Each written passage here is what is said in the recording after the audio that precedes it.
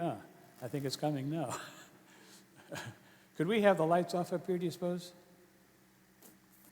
Because you have a beautiful sunny day, but it does make it a bit harder to see the screen.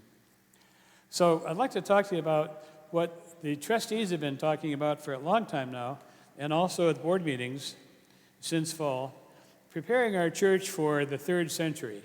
197 years we've been here, and it's time to address some concerns we have.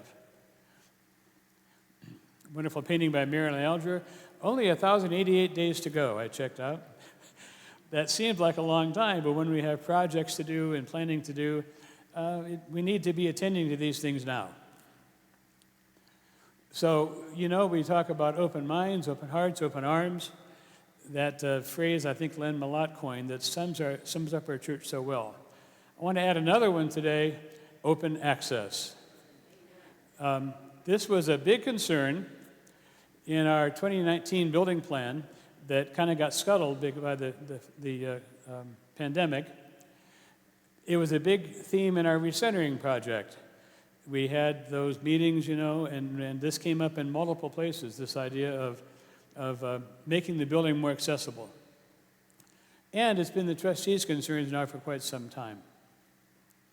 So our purpose this morning is to briefly present our urgent needs, to communicate the plans we have for the near and longer term for the building, and so you have some information, and so we can start thinking about these issues and get your ideas and questions. The first thing, phase one, just has to be done before we continue with anything else. That is to stop the incursion of water around the foundation of the building. The foundations have been here since, I think, the early 1900s. The building was built in 1840. I understand the foundation was dug by hand around the turn of the previous century. Can you imagine? And the foundation has been sturdy, it's fine, it's stable, but water comes in through those blocks. And we found several places where that happens. The women's restroom has had water on the floor. When the remodeling was done last year, C.J. Delaney's Eagle Stalk project, they found some dry rot behind some of the walls where water had come in before.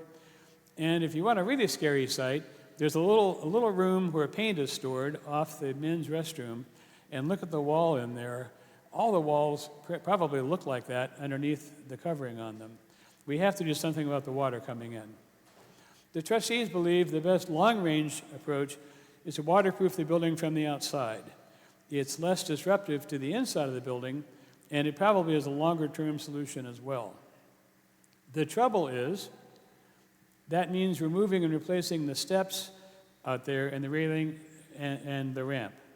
It's pretty easy to do the outside waterproofing along this side and that side of the building. Now, of course, the foundation on the back of the building, the 1954 edition and the 1992 edition, those are fine. It's just the old part of the building where we are along those walls, and unfortunately along the back wall there. And the stairs are in the way. And so to get at the foundation, we have to remove those concrete steps and the railing and the ramp we have now.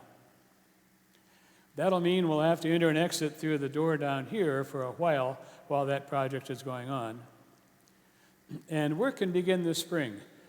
We already have a contractor penciled in March, April timeframe to have that work begin. So you'll see this happening pretty soon. As soon as the weather improves, that this can go underway. Phase two, we have 3 compliant restrooms in the building, all of which are in that part of the building, and none of which are accessible from here. And so that's a problem. When my dear little mom came to church here, she would not drink any water the night before for fear she'd have to go to the bathroom during the service. If she did, we'd have to take her down the ramp and around the building to the little ramp out in the end of the building to the door that's usually locked and go to that restroom and I'll come all the way back. And we just can't be doing that much longer. So phase two of the plan would be to widen the stairs at the back corner of the sanctuary. The stairs are 1840 stairs. They're not any place close to what would be considered a safe stairway now. We need to widen those stairs and put in a chair lift there, a stair lift, so we can have an easy way, safe way to get from here down to the restrooms downstairs. Like dominoes, though, one thing always leads to another. And so the problem is doing that would take away the current women's restroom downstairs. And so the plan would be then also in phase 2 to build 1 or 2 family restrooms with a privacy wall downstairs that would be accessible. The men's restroom is not accessible. Everything is too narrow. And so we would replace that restroom there and what's left of the women's restroom with a new, bigger, accessible restroom, or possibly 2. We have a couple plans for that, and that is not yet firm. Please understand, the further we go in this presentation, the more we're looking in the future and the less clear these details are. We're just trying to communicate where we're going with this right now, and all the details will be filled in as we go with your input too. Also, the beautiful front doors, if you look at them carefully, the paint's peeling, and you can't see that there's a lot of rot in the bottom of the doors. And so something else we really need to do is replace those doors. We'll have them custom made to look exactly like these. They'll be easier to operate and safer to use, and that's a necessary step also in phase 2. We also would like to make a few improvements in the sound system. The wireless microphones, like this one right here, are actually illegal now. Some years ago, the FCC auctioned off bands of frequencies to be used for cell phones. All of our wireless mics are in that band, and at some point, someday, we might suddenly have cell phone conversations coming in here, or worse, we'd be interfering with people's cell phone conversations, which is against the law. Even though this happened some years ago, that these bands were auctioned off, because we're out in the country, nothing has happened yet to cause an interference, but it's going to come someday, and we can't just put it off forever. And so as part of phase 2, we'd also need to get new wireless microphones, and maybe a few more of them. And we'd also like to have these speakers directed more toward the sides. This one in particular causes some feedback with this microphone here. The speakers are still pretty serviceable, but we need to have other mountings so they can be directed a little bit more outwards and not inwards like they are right now. And we'd like to have some additional mic inputs along the front here. We're doing more stuff, like the wonderful presentation today. I felt like clapping for that. I think we should.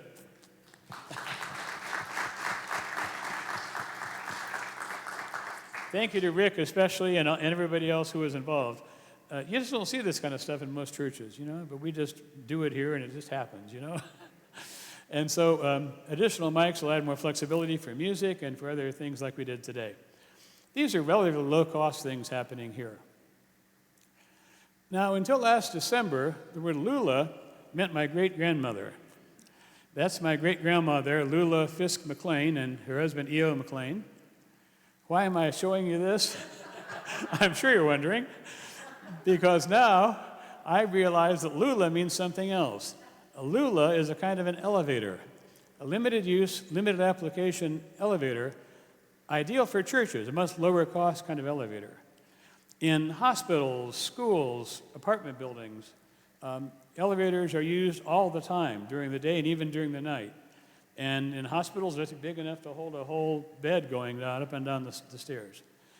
Churches, here at the church, we would use the elevator primarily on Sunday morning, occasionally during the week perhaps, but only by a few people. So Lula is a specialized kind of elevator for limited use and limited application.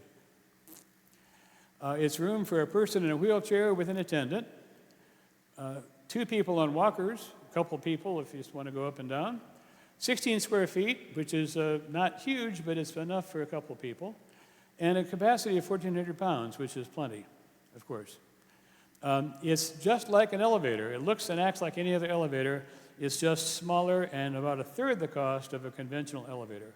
So this was a discovery when we first started doing this research, that here's this kind of elevator that would be remarkably appropriate for a church like ours. The phase 2 chairlift would only go downstairs. As much as the chairlift is a wonderful idea to get access to the restrooms downstairs, that still limits accessibility to the other parts of the building. Back here, over there, a lot of stuff happens in these other places besides here and downstairs. So I would like to see us make the whole building accessible with a Lula elevator. But the trouble is, where can we build it to reach all the levels we have? There are only 2 spots really I can think of, and one of those would be this corner right over here. If you walk in along that lower walk there, it almost looks like an elevator shaft, you know? You got this space right there. That'd be a possibility right there. Another possibility would be right over here, taking out these stairs and right where the flags are there, just right out that way, have an elevator there. It needs to be beyond the actual boundary of this part of the sanctuary, which is the historical part. We don't want to take away our historical designation by changing the footprint of the sanctuary itself. And anyway, we also need to reach all the levels, and so we can't do that with just in the sanctuary itself. So those are 2 possibilities. The trouble is, that would mean accessing the sanctuary from the front of the church. If we came in there or over here, we'd have an elevator at the front of the sanctuary, which is not optimal. Hilltop Church has a situation something like that. It would be okay for people coming in before the service or leaving after the service. If someone needed to go somewhere during the service, it would not be so good, although it would be possible. We'd still have access down the chairlift to downstairs. So that's something to consider, and we'll be considering along the way. Now, hold on to your seats here. Something that we thought of is, several people thought of this independently, this sanctuary is a perfect rectangle, if you think about it. And so we could flip the sanctuary, make this the back of the sanctuary, make that the front. This platform we're standing on is just built on top of the floor. It could be built back there instead. We could have a small wall, a hallway, coming in the front doors so people could come in around either side, go down the stairs, or come into the sanctuary that way from the main doors, the doors out front. The main entrance would be the elevator entrance, whether it's over here, the doorway, of course, and an elevator over there or over here. And you'd be coming in the back of the sanctuary with a nice open space, which would be really ideal. I know that sounds crazy, but we want to keep all options open to see what's best for the next century for this church. How much will it cost? We don't know yet, because we're still gathering estimates on lots of things. We have a lot of estimates on, for example, the cost of the door, the cost of the waterproofing. Those we're getting pretty close to committing to at a board meeting to finally decide on exactly what to spend and how to do those things. We're still gathering quotes from the elevators, and we need to hire an architect. Sadly, the architect who did our plans before has even passed away. Not only did the pandemic stop our process, but also the architect passed away. The same company, though, has other people that we can work with, and we need to contact the architect to start talking about some of these larger plans, like the elevator, for example. Today, we just wanted to give you to communicate what we've been talking about and give you things to think about. We don't make any decisions today. This isn't a meeting for voting on anything. It's just an informational meeting so you know what kind of stuff we've been talking about. We have considerable funds already available. We have $54,000, I believe it is, on deposit with the Disciples Church Extension Fund. It used to be called the Board of Church Extension. If you've been to board meetings, you've heard that phrase maybe. That's money that's been just in reserve. We haven't been using it. It's been accumulating, and we can withdraw that. We have about $110,000 in savings from the sale of the parsonage that was going to be used for building projects. We have funds pledged and given by members of the previous building committee as well. Also, the Disciples Church Extension Fund has a $50,000 loan for making buildings accessible, only 3% interest for 5 years. We can't touch that anywhere else. So we could also get $50,000 toward the project in that way at only 3% interest. We'll probably still need to raise more. Not right away, but in the course of the next several years. Hopefully, I'd like to see all this happen by the time we have our 200th anniversary, only 1,088 days from now. So we'll probably need to raise more money. The most recent capital campaign was back in the 90s. And of course, before that, in the 1950s, putting on the addition back here. So we've been a long time without raising money for any capital improvements. And I think it's probably time, well, it's certainly time to look at these projects around the building and get good estimates and get good input from folks and decide how to proceed.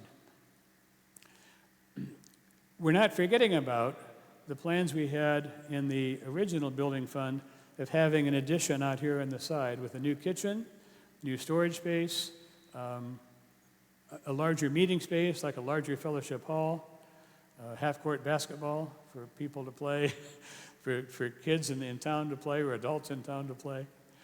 We're not taking that away, but that's still not quite on the table yet, but that's a possibility still to do the addition in that direction.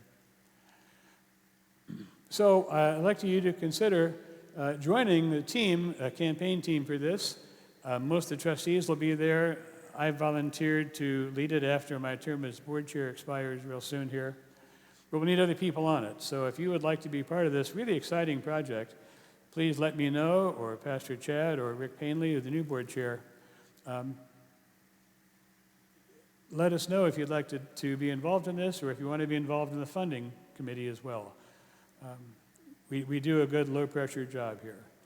This is the right thing to do for those with limited mobility now and in the future, too. None of us is getting older, and is getting younger. We're not getting younger. We're all going to be in need of mobility things one time or another, perhaps. And so this is the right thing to do for people with limited mobility now, for us in the future. And it's important, we all want to be able to be fully part of the life and work of this incredible congregation. Closing off part of the building, saying, well, you just can't get there, doesn't seem right to me.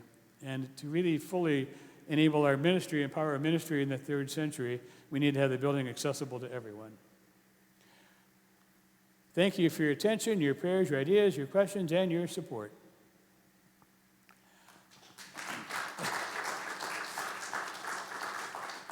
So, we would be able to entertain some questions. Now, I don't want to take away Sunday school time completely. Well, we pretty much have. Yeah, I guess we have. We can entertain some. Oh, 11 o'clock. Oh, yeah. Sorry, thank you. Good, we're good. We could have a few questions now. I just saw the 54 in my watch, I didn't notice the hour. We could have a few questions now if you'd like, or you can just ruminate on these things, and we'll have small groups to talk about these in the future, lots of other meetings, and we'll keep you informed about everything all along the way.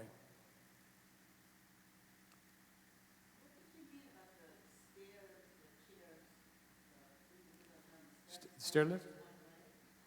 Only goes to one place. It would go up and down from here down to the lower level. It wouldn't reach that over there. I may have spoken that wrong, yeah. No, that's like up the down staircase, yeah, the whole movie, yeah. No. Yeah, so that would give good access from here down to the basement, but it wouldn't access other parts of the building, of course. A lot to think about in a very short time. Thanks so much, and let's go on with Sunday school then.